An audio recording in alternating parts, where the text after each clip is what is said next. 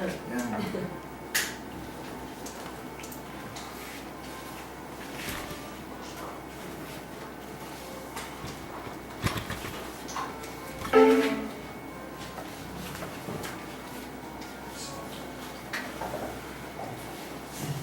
hermanos, bienvenidos a la sesión 5.5 de Calvary en Casa.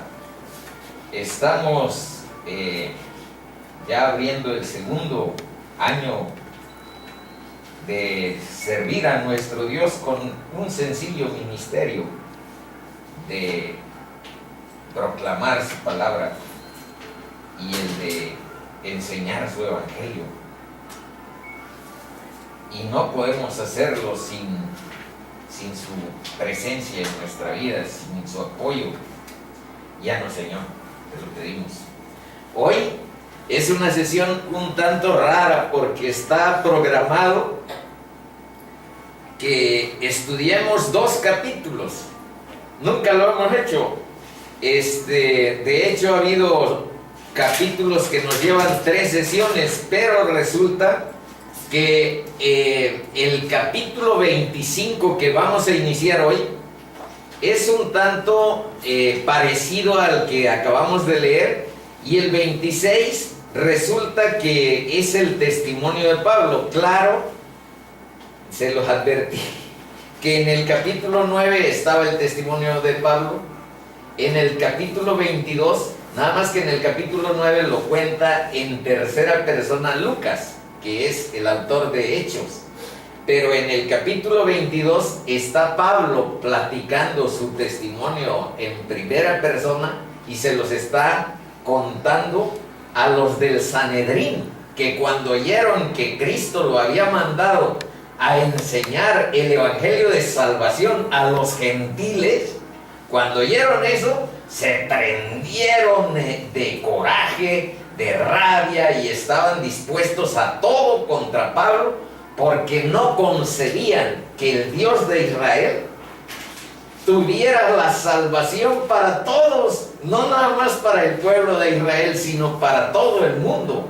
Y eso ha sido el motivo de la gran persecución que ha sufrido Pablo por parte de los judíos. Y en el 26 que hoy pretendemos estudiar, pues van a ver que se lo narra Pablo, también en primera persona, pero a un rey. Y está la crema innata de la sociedad de Cesarea, o sea, los políticos, los gobernantes más importantes y el rey Agripa están en el escenario. Y a ellos les va a predicar el evangelio, y a ellos les va a dar su testimonio personal de cómo Dios lo transformó. Entonces es un asunto sencillo de estudiar, pero pues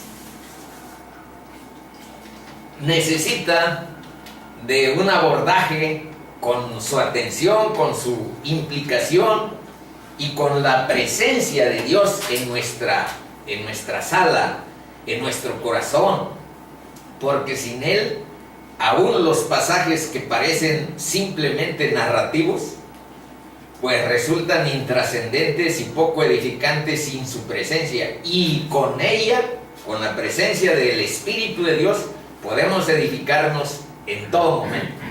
Bueno, les recuerdo 3 versos del capítulo 24 para ir encuadrando la sesión de hoy, que les digo tiene el capítulo 25 y 26. Dice: pero al disertar Pablo acerca de la justicia, del dominio propio y del juicio venidero, pues son los 3 grandes planteamientos del evangelio. La justicia en la cruz, esa es la justicia de Dios. El plan eterno de salvación de Dios no consiste en que por tus obras y tu buen comportamiento te salves, sino por el sacrificio de Cristo en la cruz, y tú por fe en lo que ahí sucedió, acceder a lo que es el plan eterno, al reino de Dios. Entonces eso es la justicia. Y del dominio propio dijimos que es la santidad, que es un proceso que inicia cuando nosotros aceptamos el Evangelio. Dios nos santifica y nos da cierto poder con su presencia en nuestra vida para tener más dominio propio. Dominio propio implica santificación del carácter, hacer un carácter, transformar el carácter impaciente que teníamos, irreverente que teníamos, independiente, autosuficiente, transformarlo en un carácter que reverencia la presencia de Dios en cada momento. Y del juicio venidero, pues por eso se asustó Félix, porque si no aceptas el Evangelio, estás en riesgo. Porque la Biblia es nuestra guía para decirlo, no que nosotros queramos asustarte como a Félix, porque entonces estás del otro lado del reino de Dios. Y la palabra dice, y los que no creen ya han sido condenados. Por eso es importante discernir el Evangelio de Cristo, para que nuestro corazón lo acepte desde su raíz, desde su disposición más profunda. Y entonces, pues es lo que la palabra nos indica, y es lo que aquí nosotros hemos testimoniado. No nos ha dado Dios su presencia en nuestra vida porque hayamos sido buenos, sino porque tuvimos fe en Él. Entonces, el justo por la fe vive. Y no somos justos, nos justifica Él y entonces pasamos como a ser justos. El justo por la fe vivirá. Eso está desde Génesis, que fue algo que le dijo Dios a Abraham. Bueno, vamos al 26. Entonces aquí Félix se espantó y dijo, ahora vete, no quiero creer no quiero declarar a Jesús como mi Señor, como mi Salvador. Ahora vete, pero más tarde, pero cuando tenga oportunidad te llamaré. Y por eso le puse aquí unos versos que dicen, hermanitos, si oyeres hoy su voz, no endurezcas tu corazón como Félix. Félix se asustó, pero no creas que para los que se asustan, Dios tiene como que mucha consideración. Aquí abajo está un verso un tanto duro, pero necesario de visualizar, de esclarecer, a propósito de quienes se asustan. No sé qué es eso de dejar que Dios me guíe. Yo estoy acostumbrado a vivir para mí y no vivir para Dios.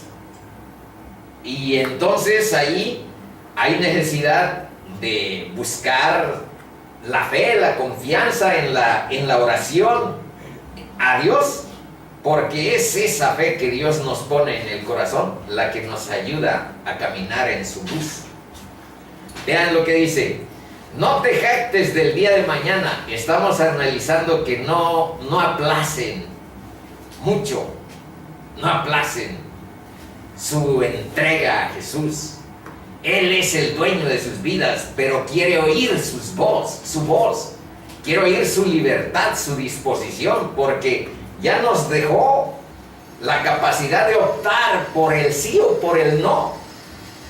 Y entonces los dones de Dios son irrevocables. Nosotros tenemos en nuestra disposición, en nuestro corazón, si aceptamos seguir a Cristo o no, si aceptamos su evangelio o lo rechazamos. Ese es un don que Dios nos dio y es irrevocable. Pero hay que orar cuando se necesita más fe. Acuérdense que hubo un sujeto que le dijo, si tienes fe, todo te es posible, le dijo Cristo. Dice, sí creo, pero ayuda mi incredulidad.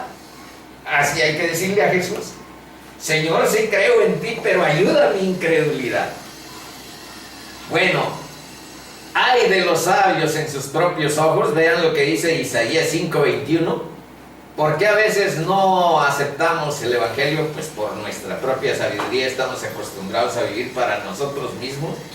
Y no es tanto los pecados que uno uno tiene que declarar y reconocer, sino que el cambio de propósito, porque el propósito para nuestra vida ha sido vivir para nosotros mismos, y tiene que ser vivir en comunión y para Dios. Y entonces lo demás nos es agregado. El plan de Dios es el plan eterno. El plan de Dios es la vida eterna para ti. Y nosotros le decimos, no, pero mis planes, mis proyectos son mejores que el tuyo. Y Él nos está diciendo, el mío te conviene más. Todos tus proyectitos son medios chafones y está bien que los mantengas, pero entiende mi plan. Primero, ven a mi reino, ven a mi plan. El plan eterno de Dios es darnos vida. Yo he venido para darles vida y para darles vida en abundancia. Entonces, bueno, ahora Proverbios dice, como nubes y vientos sin lluvia, así es el hombre que se jacta de falsa liberalidad. Y voy a titubear un poco de leerlo, pero mejor lo leo con valor. Vean qué duro es este verso. Dice, el que venciere heredará todas las cosas, y yo seré su Dios, y él será mi hijo. Pero los cobardes e incrédulos, los abominables y homicidas, los fornicarios y hechiceros, los idólatras y todos los mentirosos, tendrán su parte en el lago que arde con fuego y azufre, que es la muerte segunda. Entonces casi no ponemos versos que pongan en sus corazones el temor, porque por ahí, no nada más por sabiduría del mundo, sino por cierta amistad, nosotros confiamos en que el amor a Cristo, el amor a su obra, es el que mueva su corazón a acercarse a Él. Y les digo, el pedir perdón, el arrepentirse no es tanto porque hayan tenido ustedes unos comportamientos atroces, no porque hayan matado a alguien. El arrepentimiento es porque hemos desviado el propósito para el que fuimos hechos. Fuimos hechos para darle la gloria a Dios, y nosotros la hemos vivido para darnos la gloria a nosotros mismos. Entonces hemos cerrado el propósito. No es tanto que nos hemos portado muy mal y que hemos sido no sé qué cosa. Eso lo fui yo, y por eso me acerqué por fe a Dios. Pero no todos tienen un currículum tan feo como el mío. Pero mira, de mentirosos casi todos. Pues ahí ustedes vean lo que dice la palabra. A veces es dura, a veces es dura. Ajá, una mentira piadosa. Ya fuiste a hacer el pago. Ay, no, hasta que... Sí, ya lo hice. Cada ratito. Bueno. Pero no habla de eso. Otras mentiras. No más Más gravosas.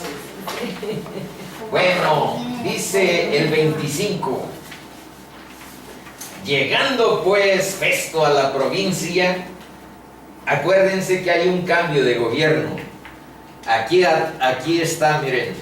Al cabo de 2 años, recibió Félix por sucesor, cambiaron a Porcio Festo. ¿Y saben qué? Este Félix, les mencioné, a pesar de que Tértulo lo estuvo alabando y ensalzando con palabras altisonantes de que era excelentísimo, bueno, pues Félix era un perverso, Félix era un sanguinario, pero ¿saben una cosa? Fue sustituido por su sucesor Porcio Festo, y resulta que Festo, digamos que fue un gobernante bueno. Fue un buen gobernante, históricamente estudiado. Y los dos, sin embargo, tanto Félix como Festo, rechazaron el Evangelio.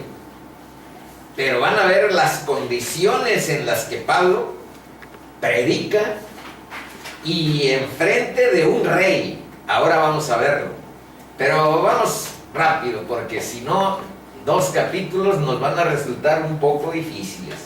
Dice: llegando pues el nuevo gobernador, que se llamaba Festo, a la provincia, así hay que leerlo, subió de Cesarea a Jerusalén 3 días después. Cesarea era la capital administrativa de Judea, pero Jerusalén era como la capital religiosa y política de los judíos, porque ellos nunca han cambiado de capital. Jerusalén es como su ciudad sagrada. Después han tenido Tel Aviv como capital administrativa ya en el Israel del siglo XX, pero sin embargo sigue siendo Jerusalén algo así como lo sacro. 3 días después fue allá, y los principales sacerdotes, vean, no han olvidado, ya pasaron 2 años y no han olvidado. Los principales sacerdotes y los más influyentes de los judíos, pues la crema y nata, se presentaron ante el gobernador contra Pablo y le rogaron, pidiendo contra él como gracia que le hiciese traer a Jerusalén, preparando ellos una celada para matarle en el camino. 4. Pero Festo, sea que supiera o no de ese complot, respondió que Pablo estaba custodiado en Cesarea, a donde él mismo partiría en breve. Los que de vosotros, les dijo el gobernador, puedan, desciendan conmigo, vamos a Cesarea, y si hay algún crimen en este hombre, acúsenle. Y aquí yo les puse, son los demandantes los que deben presentarse delante del juez, no el juez el que debe de presentarse delante de los demandantes. Así es que si quieren, vayan a Cesarea, allá está. Ahora vamos al 6, dice: y deteniéndose entre ellos no más de 8 o 10 días, venido a Cesarea, al siguiente día se sentó en el tribunal y mandó que fuese traído Pablo, ya en Cesarea. Cuando éste llegó, lo rodearon los judíos. ¿Para qué lo rodearon? Pues yo pienso que para cierta intimidación, que habían venido de Jerusalén, presentando contra él muchas y graves acusaciones, las cuales, vean lo que dice la Biblia, no podían probar. No podían probar. Y vamos mejor. 8. Alegando Pablo en su defensa, Pablo le negó, hay una triple negación en este verso 8, vean: ni contra la ley de los judíos, ni contra el templo, ni contra César he pecado en nada. Eso dijo Pablo. Pero Festo, queriendo congraciarse con los judíos, respondiendo a Pablo dijo: ¿quieres subir a Jerusalén y allá ser juzgado de estas cosas delante de mí? Yo voy a ir allí, yo voy a ser tu juez. ¿Quieres ir a Jerusalén? Pablo dijo: ante el tribunal del César estoy, donde debo ser juzgado. A los judíos no les he hecho ningún agravio, como tú sabes muy bien. Porque si algún agravio o cosa alguna digna de muerte he hecho, no rehúso morir. Pero si nada hay de las cosas de que estos me acusan, nadie puede entregarme a ellos. A César apelo. Y acuérdense que Pablo tiene ciudadanía romana. Entonces, apeló al César y al César va a ir. Eso es lo que le dice en el 12. Entonces Festo, habiendo hablado con el consejo, se fue a platicar con otras personas que estaban ahí analizando el asunto, y respondió, ya este es el veredicto: a César has apelado, a César irás. 13. Pasados algunos días, vean ahora lo que sucede. Está de nuevo el gobernador en Cesarea, y ahora tiene una visita de personas importantes. Dice: pasados algunos días, el rey Agripa y Berenice vinieron a Cesarea para saludar a Festo. Y como estuvieron allí muchos días, Festo expuso al rey la causa de Pablo, diciendo: un hombre ha sido dejado preso por Félix, respecto al cual, cuando fui a Jerusalén, se me presentaron los principales sacerdotes y los ancianos de los judíos pidiendo condenación contra él. A esto respondí: que no es costumbre de los romanos entregar a alguno a la muerte antes de que el acusado tenga delante a sus acusadores y pueda defenderse de la acusación. Así que, habiendo venido ellos juntos acá, sin ninguna dilación, al día siguiente, sentado en el tribunal, mandé traer al hombre, y estando presentes los acusadores, ningún cargo presentaron de los que yo sospechaba. Vean cómo todo apunta a que es una persecución de odio, que no conocen a Dios, porque Dios dice, cuando Pedro le preguntó: Señor, ¿cuántas veces puedo perdonar? ¿Hasta 7? Hasta 70 veces 7 tienes que perdonar a tu prójimo. Así es que son 449. Y eso es lo que no reflejan estos judíos. Seguimos. Sino que tenían, dice, ningún cargo presentaron de los que yo sospechaba, sino que tenían contra él ciertas cuestiones acerca de su religión. Y vean, esto parece humorístico. Yo digo que Lucas lo pone con cierto dejo de humor. Dice: ciertas cuestiones de su religión y de un cierto Jesús ya muerto, el que Pablo afirmaba estar vivo. Esa es la causa principal que este gobernador detectó. Hay cuestiones de su religión, pero lo fundamental es que Pablo afirma que Cristo está vivo, aunque eso está hablando de un personaje aparentemente muerto. 20. Yo, dudando en cuestión semejante, le pregunté si quería ir a Jerusalén y allá ser juzgado de estas cosas. Mas como Pablo apeló para que se le reservase para el conocimiento del César, en este caso dice de Augusto, mandé que le custodiasen hasta que lo enviara yo a César. Entonces el rey Agripa dijo a Festo: yo también quisiera oír a ese hombre. Y él le dijo: mañana le oirás. Ahí sí tengo unas notas. Dice que de cierto Jesús, de un cierto Jesús ya muerto, el que Pablo afirmaba estar vivo. Si Jesús no está vivo, es igual a Mahoma, es igual a Buda, es igual a Confucio, y entonces lo único que nos queda es un conjunto de principios doctrinales para reforzar la moralidad del mundo y para que nosotros hagamos una lista de comportamientos deseables y de este lado una lista de comportamientos prohibidos. Nos queda también que el cristianismo es una religión más en el menú social. Aquí tienes los budistas, aquí tienes los confucianos, aquí tienes los mahometanos o musulmanes y aquí tienes los cristianos. Entonces somos una religión más en un menú. Si Cristo no vive, somos una religión más. Pero el cristianismo, hermanitos, parte del principio fundamental que nosotros podemos atestiguar, que Cristo vive.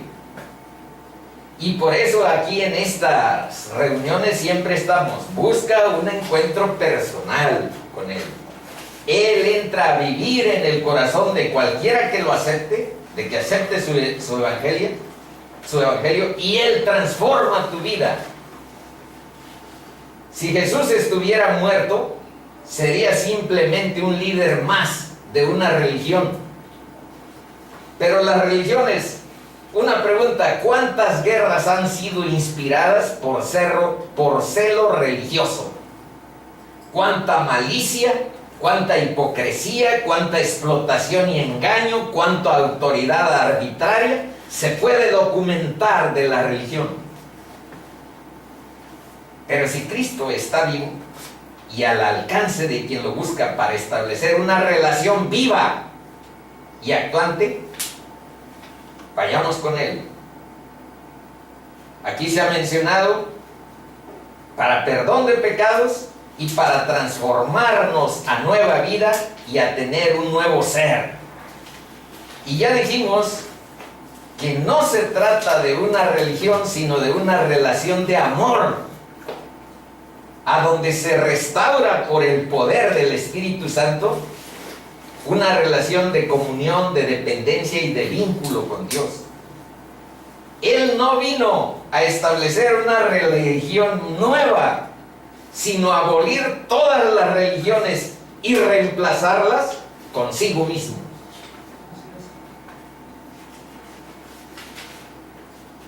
Consigo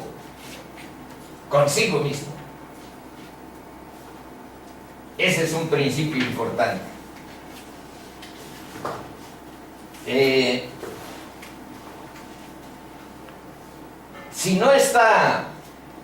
Si Cristo está vivo, tenemos que detener lo que estamos haciendo y enfocarnos en Él, porque es cierto todo lo que dijo de sí.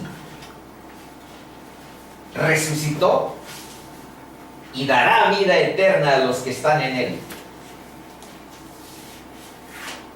Más abajo vamos a ver un verso a donde se hace mucha mención acerca de la confianza que se deposita del pueblo de Israel en Dios. La confianza es el vencimiento de la muerte, y el único que ha vencido la muerte es Cristo. Bueno, continuamos. 23. Al otro día, viniendo Agripa y Berenice con mucha pompa, y entrando en la audiencia con los tribunos y principales hombres de la ciudad, por mandato de Festo fue traído Pablo. Entonces vean, está un rey, está su hermana Berenice, y van con mucha pompa, y aquí les puse que la intención de tanto lujo y de ir tan emperifolladas era comunicar quién era importante y quién no lo era. Y ustedes también viven en una sociedad a donde, como nos ven, nos tratan. Cuando yo llegué a Acapulco, que en ocasiones pues andaba como ando cuando en los jardines con guaraches o algo por el estilo. Si vas a un restaurante o algo por el estilo y tienes ahí apariencia descuidada, te van a tratar mal, porque en nuestra cultura hemos considerado que una persona que esté bien vestida tiene otras características y hay que servirle mejor. Y no estoy diciendo que esté bien o que esté mal, sencillamente estamos situando aquí que estos sujetos que asistieron a esta audiencia pues van muy emperifollados, como si fueran a entrevistar no sé a quién. Van a ver a Pablo. Entonces van los tribunos. Un tribuno, investigué lo siguiente: si un, ¿cómo se llama ese soldado de 100? Centurión. Si un centurión es cabeza de 100 soldados, un tribuno es cabeza de 1000 personas que están bajo su mando. Ese es un tribuno. Y los principales hombres de Cesarea, por mandato de Festo, llevaron a Pablo. Ahora vean, Pablo tiene al rey, tiene a los principales, tiene a los tribunos. Vamos a ver cómo reacciona. Entonces Festo dijo: Rey Agripa, y todos los varones que estáis aquí juntos con nosotros. Aquí tenéis a este hombre, respecto del cual toda la multitud de los judíos me ha demandado en Jerusalén y aquí dando voces que no debe vivir más. Pero yo, hallando que ninguna cosa digna de muerte ha hecho, y como él mismo apeló a Augusto, he determinado enviarle a él. Como no tengo cosa cierta que escribir a mi señor, pero aquí mi señor se refiere al César.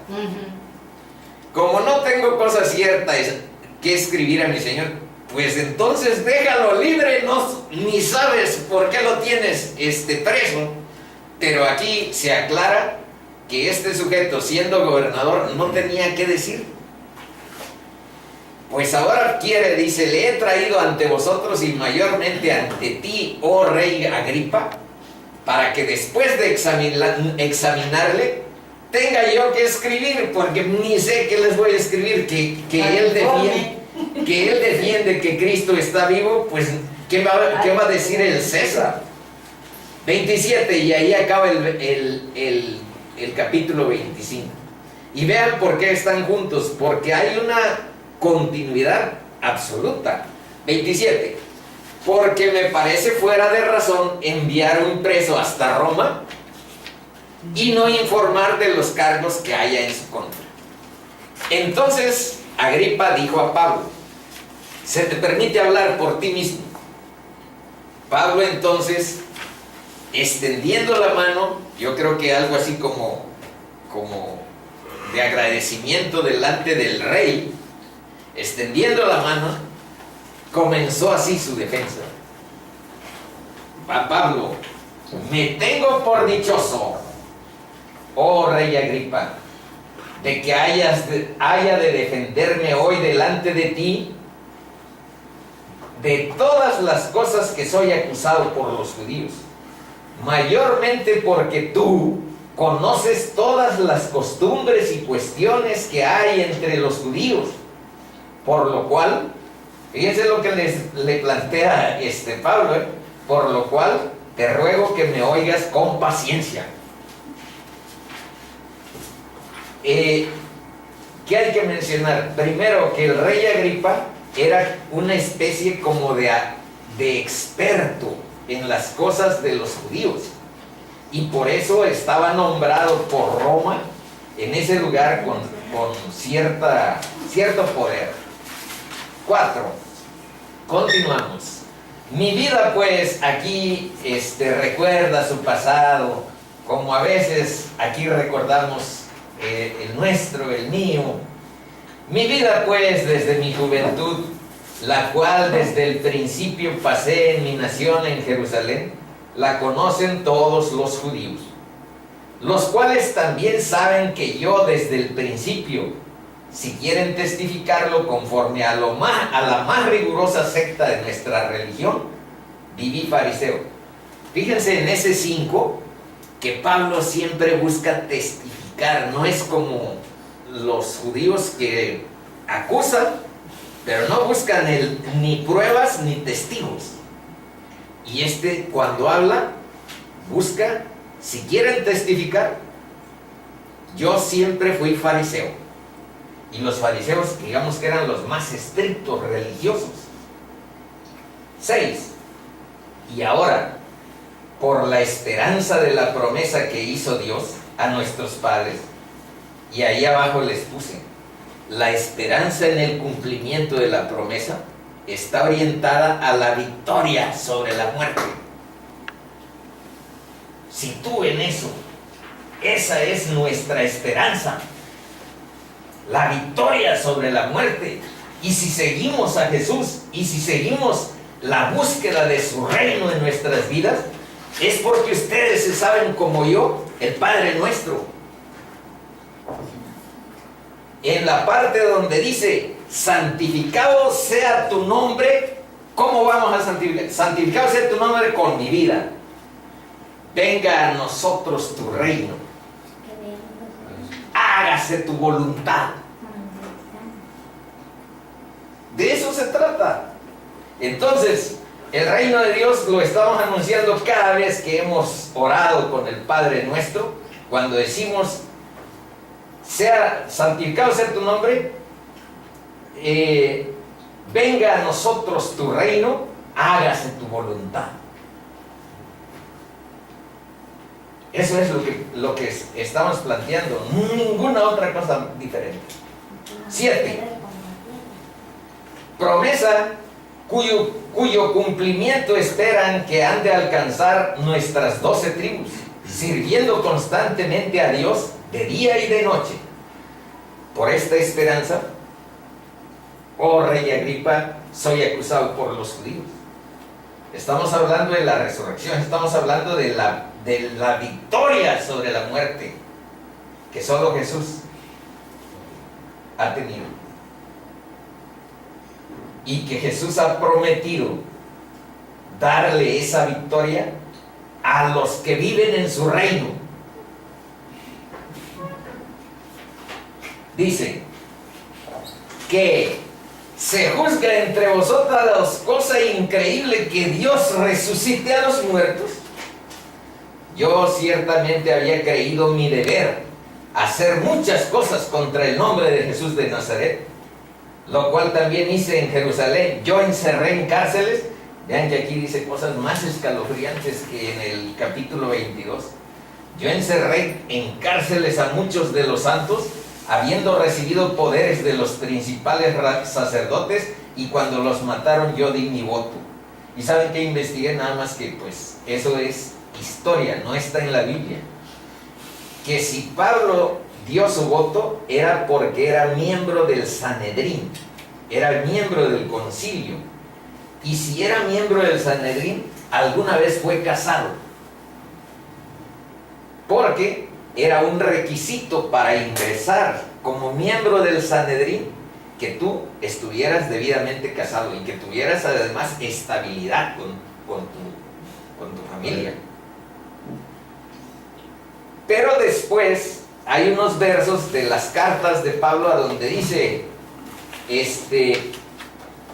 pues que les convenía estar como él, entendiendo como que él no tenía esposa. Entonces no se sabe, eso es lo que encontré en algunos comentarios, no se sabe si la esposa de Pablo lo dejó cuando se convirtió en cristiano, porque tampoco se dice mucho de su familia, salvo que ese chavito que escuchó que había un complot contra Pablo era hijo de una hermana, pero no se sabe. No hay en la Biblia ningún rasgo que diga, y todo lo demás a veces se presta a deliberación humana, y ahí se meten chismes, se meten cosas así. Por eso procuramos apartar cuando estamos comentando algo que dice la historia. Les decimos, esto dice la historia humana. Entonces la historia humana dice eso, que si dio su voto era miembro del Sanedrín, y si era miembro del Sanedrín en algún momento fue casado. Si ya no tuvo esposa después porque se convirtió en cristiano, o murió su esposa, sería otra cosa. Pero cuando andaba en las misiones que nosotros hemos seguido aquí, ya no tenía ninguna esposa. Eso es algo de lo que por ahí investigamos. 11. Y muchas veces castigándolos en todas las sinagogas. ¿Por qué hace mucho énfasis de las sinagogas? Hasta estos años en que Pablo tuvo la conversión, todo el movimiento del cristianismo estaba nada más en el pueblo de Israel, nada más en la etnia de Israel, porque hablar de Israel es hablar de judíos que viven en diversas regiones, pero que donde viven tienen sus propias sinagogas. Y acuérdense que Pablo, cuando llegaba a Tesalónica, a Filipo, a Berea, a Corinto, siempre llegaba primero a la sinagoga de los judíos. No, los gentiles no sabían. Fue Pablo el que abrió el escenario por primera vez.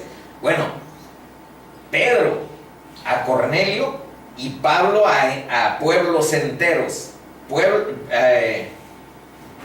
Digamos que fueron los dos los encargados de abrir la salvación de Cristo con carácter universal para todos, no nada más para los judíos. Pero aquí vean, todo sucede con puros judíos. Todos los pecados de Pablo que aquí está recordando, suceden con puros judíos. Yo encerré en cárceles a muchos de los santos, habiendo recibido poderes, 11, y muchas veces castigándolos en todas las sinagogas. Esos nada más son de los judíos. Y esto es lo escalofriante: los forcé a blasfemar y enfurecidos sobremanera. Ese es un carácter contracristiano, anticristiano, y enfurecidos sobremanera contra ellos los perseguí hasta en las ciudades extranjeras.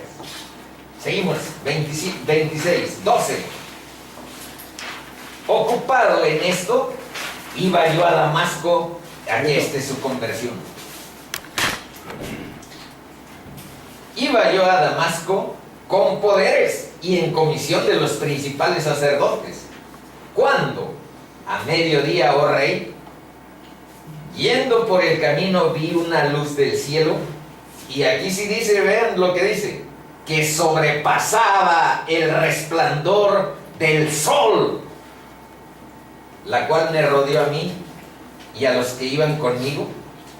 Y habiendo caído todos en tierra, ahí observen eso, hermanitos, frente a la presencia de Dios no hay nadie que pueda permanecer parado.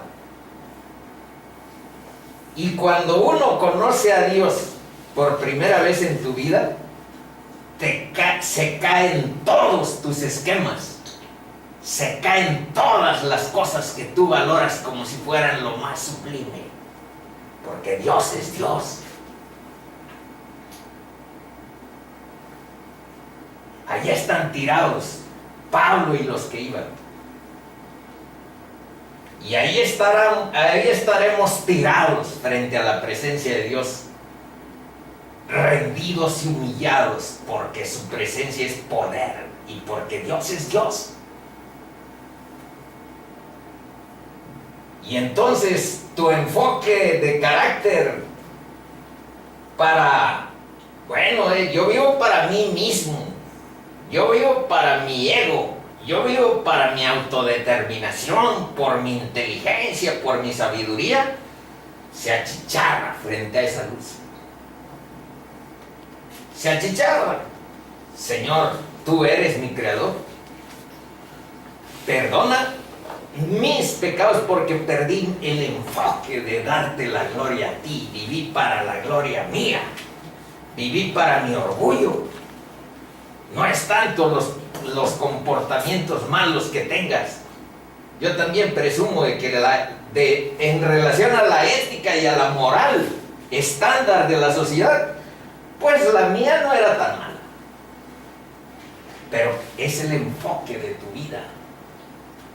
No estás glorificando ni siguiendo la palabra.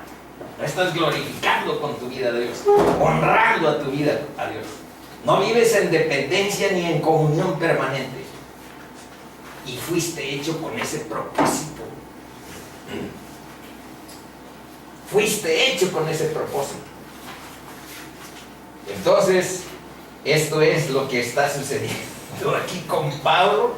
Y esto es lo que sigue mencionándose después. Dice, yo entonces dije, no, pero va el 14. Y habiendo caído todos nosotros en tierra, Dios es mi testimonio de todas las veces que vengo aquí. Caí a tierra, porque delante del poder de Dios, tú eres un insecto que pues no es uno nada delante de tu creador. Entonces se te achicharran tus orgullos, tus vanidades, tus soberbias, y ahí los tienes tiraditos. Y habiendo caído todos nosotros en tierra, oí una voz que me hablaba y decía en lengua hebrea, Saulo, Saulo, ¿por qué me persigues?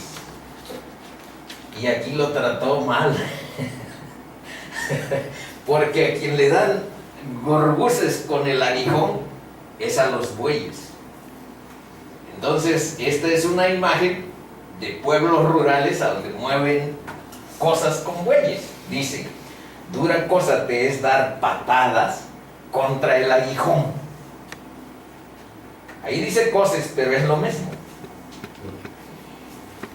Dura cosa te es dar coces contra el aguijón. ¿Qué quiere decir eso? Es lo que les hacen a los bueyes cuando van, lo van picando, tiran patadas y pues si un buey le tira patadas a una garrocha con aguijón, pues se hiere la pata. Entonces le está diciendo que es inútil lo que está haciendo, persiguiendo a los suyos. Estás peleando contra Dios, le está diciendo. Yo entonces, Pablo dice, yo entonces dije, ¿quién eres, Señor? Y el Señor dijo, yo soy Jesús. Aquí no dijo yo soy Jesús de Nazaret, como en el capítulo 22, pero dice yo soy Jesús, a quien tú persigues. Y luego, pero levántate y ponte sobre tus pies, porque para esto he aparecido a ti, para ponerte por ministro y testigo de las cosas que has visto y de aquellas en que me apareceré a ti. No le está preguntando si aceptas, Si quiere o no. yo soy rey, yo soy Dios. Tu vida y tu hilito y tu aliento depende de mí. Yo te sostengo y te sustento. Y de nosotros así es. Descubrirlo no es tan difícil. Dependemos absolutamente de Dios, de su misericordia, de su amor. Bueno, 17. Librándote de tu pueblo y de los gentiles a quien ahora te envío. No me quiero detener mucho en eso, pero esa ¿cómo libró Dios? Bueno, en muchas ocasiones de las celadas, de las traiciones, de los complots que había contra su vida, como aquí estamos viendo, pero también, fundamentalmente, de que no te necesitaba quedar bien con los judíos. No necesitaba ese sentimiento gregario que todos tenemos de andar buscando el reconocimiento de los otros. No necesitaba tener el reconocimiento puntual de los gentiles a su obra, sino el de Dios. Yo te libro de eso, de tu pueblo y de los gentiles a quienes ahora te envío. Pero también, pues de lo que les dije, de muchas traiciones, de muchos complots en los que había estado Pablo. Para que abra sus ojos, vean aquí el Evangelio, ¿para qué se le apareció Cristo a Pablo? Vean, para que abra sus ojos, para que se conviertan de las tinieblas a la luz y de la potestad de Satanás a Dios, para que reciban por la fe que es en mí perdón de pecados y herencia entre los santificados. Entonces, ahí abajo está desglosada y dice que la comisión no es crear experiencias nuevas o crear un nuevo mensaje, pero es el de ser testigo y asimismo el de vivir con tu vida ese mensaje. Y serán convertidos de las tinieblas a la luz, ahí está desglosado, serán convertidos del poder de Satanás al poder de Dios. A nadie se le ocurre admitir y pensar que estamos siendo partes de la influencia satánica en nuestra vida. Pero cada vez que nosotros actuamos viviendo para nosotros mismos y rechazamos la guía que Dios nos da por medio de su palabra, por medio de su espíritu, cada vez estamos expuestos a eso, a poderes espirituales que actúan en el mundo y que nosotros pues ya no los detectamos así como que son especialmente perversos, pero lo que te aleja del servicio a Dios, lo que te aleja de la guía espiritual de Dios, es ese poder. Sea que te parezca familiar o sea que te parezca perverso. Bueno, sigue. ¿Recibirán el perdón de los pecados? ¿Recibirán una herencia entre los santificados? Y vean cómo está explicado eso de entre los santificados. ¿A qué se refiere? Los santificados son los apartados del pecado por la fe en Jesús. Y les puse, no por obras o logros espirituales, sino por amor y confianza en Jesús y por la fe en Él. Ese es el sentido que ahí está bíblicamente esbozado. Ahora, un rápido análisis sobre esto. Está utilizado el capítulo 42 de Isaías del 1 al 9, pero vean, dice: he aquí mi siervo, yo le sostendré, mi escogido, en quien mi alma tiene contentamiento. Está hablando Dios acerca de Jesús. He puesto sobre él mi espíritu, él traerá justicia a las naciones. Por medio de la verdad traerá justicia.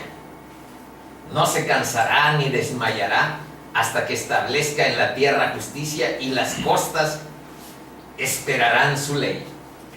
Te pondré por pacto al pueblo, por luz a las naciones, para que abras los ojos de los ciegos, para que saques de la cárcel a los presos, y de casas de prisión a los que moran en tinieblas. Así dice Yahvé Dios, creador de los cielos, y el que los despliega, el que extiende la tierra y sus productos, el que da aliento al pueblo que mora sobre ella, y espíritu, que es el de vida, es vida, y espíritu a los que por ella andan. Yo, Yahvé Dios, te he llamado en justicia, y te sostendré, por la mano te guardaré. Yo, Yahvé, este es mi nombre, y a otro no daré mi